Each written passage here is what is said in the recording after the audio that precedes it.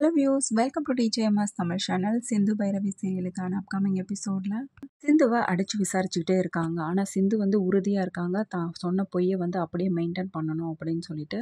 நடந்ததுக்கு அப்புறமா அந்த கோவிலில் உள்ள அந்த சாதுவை கூட்டிகிட்டு வந்து விசாரித்தா எல்லா உண்மையும் வந்து புலப்படும். அவங்க கண்டிப்பாக பொய்யே சொல்ல மாட்டாங்க அப்படின்னு சொல்லிட்டு கடைசியாக என்ன பண்ணுறாங்க, அந்த சாதுவை வந்து வர வைக்கிறாங்க.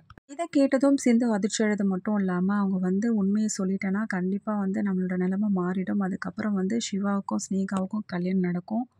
சிவா நம்மளை விட்டு விலகி போயிடுவாரு அப்படின்னு சொல்லிட்டு ரொம்பவே வருத்தத்தோடு இருக்காங்க நம்ம சிந்து. இந்த தருணத்தில் அவங்க கூப்பிட்டு விசாரிக்கும் போது அவங்க என்ன சொல்கிறாங்கன்னா, நீங்கள் இதை பார்த்தீங்களா, இவங்களுக்கு கல்யாணம் நடந்ததை நீங்கள் பார்த்தீங்களா, இந்த பொண்ணு கழுத்தில் தாலி ஏறினதை நீங்கள் பார்த்தீங்களா அப்படின்னு சொல்லிட்டு கேட்க, அவரும் பார்த்தீங்கன்னா எல்லாரையும் வந்து அப்படியே முறைச்சி பார்த்துக்கிட்டே இருக்காரு. பதில் சொல்லுங்களேன் அப்படின்னு சொல்லிட்டு திரும்பவும் கேட்குறதன் பேரில் நம்ம கோவிலில் இந்த பொண்ணு கழுத்தில் தாலி ஏறினதை நான் பார்த்தேன் அப்படின்னு சொல்லிட்டு என்ன பண்ணுறாங்க, அங்கேருந்து உடனே கிளம்பிடுறாங்க. இது கேட்ட எல்லாருக்குமே ஒரு பயங்கர அதிர்ச்சியாக இருக்குது. என்னடா இது இப்படி சொல்லிட்டாங்களே அப்படின்னு சொல்லிட்டு. இன்னொரு பக்கம் சிந்துவுக்கும் ஒன்றுமே புரியல. ரேகாவும் பார்த்தீங்கன்னா பயங்கரமாக குழப்பத்தோட குழம்பி போய் நிற்க. அங்கேருந்து வந்த கலெக்டர் என்ன பண்ணுறாங்க, இப்போது புரியுதா, ஒரு அப்பாவி பொண்ணு மேலே பயங்கரமாக பழிய தூக்கி போட்டுட்டு எதுக்காக இப்படிலாம் ஒரு பண்ணிட்டு இருக்கீங்க? இல்லை மேடம், அது வந்து திரும்ப விசாரிக்கலாமே அப்படின்னு சொல்லிட்டு அதெல்லாம் ஒன்றும் தேவையில்லாத தெளிவாக வந்து நிரூபணம் ஆயிடுச்சு இல்லை, சிந்து மேலே எந்த தப்பும் இல்லை அப்படின்னு சொல்லிட்டு அப்புறம் எதுக்காக திரும்ப திரும்ப அதை விசாரிக்கணுன்றீங்க? எல்லாரும் மற்ற வேலையை பாருங்க அப்படின்னு சொல்லிட்டு என்ன பண்ணுறாங்க, ரொம்பவே ஸ்ட்ரிக்டாக சொல்லிடுறாங்க. ரேகாவுக்கு ஒன்றுமே புரியல. இன்னொரு பக்கம் பயங்கர குழப்பத்தோட இருக்காங்க ஸ்னேகாவும். இன்னொரு பக்கம் பைரவி என்ன பண்ணுறாங்க, சிவாவை பார்த்து கேள்வி கேட்க ஆரம்பிக்கிறாங்க. இப்போ போதுமா, இப்போ உங்களுக்கு சந்தோஷமா, அவங்களோட இந்த நிலைமையை பார்த்தா உங்களுக்கு பாவமா இல்லையா, இப்போ உங்களுக்கு எல்லா உண்மையும் வந்து புலப்பட்டுடுச்சுல, இதுக்காக திரும்ப திரும்ப இதே மாதிரி ஒரு பழியை தூக்கி அவர் மேலே சுமத்திட்டு இருக்கீங்க அப்படின்னு சொல்லிட்டு சிவாவை பார்த்து கேள்வி கேட்குறாங்க பைரவி. சிவாவும் பதில் பேச முடியாமல் தவிக்கிறாரு. இப்போதைக்கு எதுவும் பேச முடியாத நிலைமையில அவர் இருக்காரு.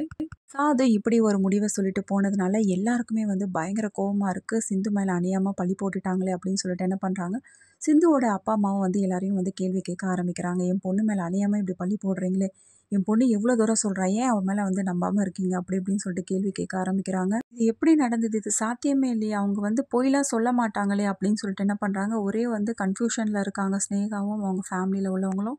அடுத்ததான் அங்கே உள்ள கோயில் குருக்கள் என்ன பண்ணுறாங்க, அந்த சாது கிட்ட போய் கேட்குறாங்க, இங்கே என்ன நடந்தது, அந்த பொண்ணுக்கு வந்து திருமணம் நடந்ததா, நீங்கள் அதை பார்த்தீங்களா அப்படின்னு சொல்லிட்டு கேட்க, ஆமாம் நான் பார்த்தனே, நீங்கள் பெரும்பாலும் பொய் சொல்ல மாட்டீங்கன்னு சொல்லிட்டு எல்லாருக்குமே தெரியும், அப்புறம் எதுக்காக இந்த ஒரு விஷயத்தில் வந்து பொய்யான ஒரு நியூஸை வந்து கொடுத்துட்டு வந்தீங்க அப்படின்னு சொல்லிட்டு கேட்க, நான் எதுவும் வந்து பொய்யான தகவலை வந்து சொல்லலையா, பொண்ணுடைய கழுத்தில் தாலி ஏறிச்சா இல்லையான்னு கேட்டீங்க, அதுக்கு தான் நான் பதிலை வந்து நான் சொல்லிட்டு வந்தேன், இதில் நான் என்ன பொய் சொன்னேன் அப்படின்னு சொல்கிற மாதிரி அவர் வந்து பேசுகிறாரு அவர் சைட்லேருந்து. இப்போவும் சிந்து இந்த விஷயத்துலேருந்து தப்பிச்சு வெளி வந்துட்டாங்களே அப்படின்னு சொல்லிட்டு சிவா அதை நினச்சி வேதனைப்படுறாங்களா, இல்லை தம் மேலே உயிராக இருக்கிறதுனால தான் இப்படி ஒரு பொய்யை திரும்ப திரும்ப சொல்லி சாதிக்கிறாங்களா சிந்து அப்படின்னு சொல்லிட்டு யோசிக்கிறாங்களா, இது எல்லாமே தெரிஞ்சுக்கலாம். அதுக்கு மறக்காம நம்மளோட சேனலை வந்து சப்ஸ்கிரைப் பண்ணிக்கோங்க.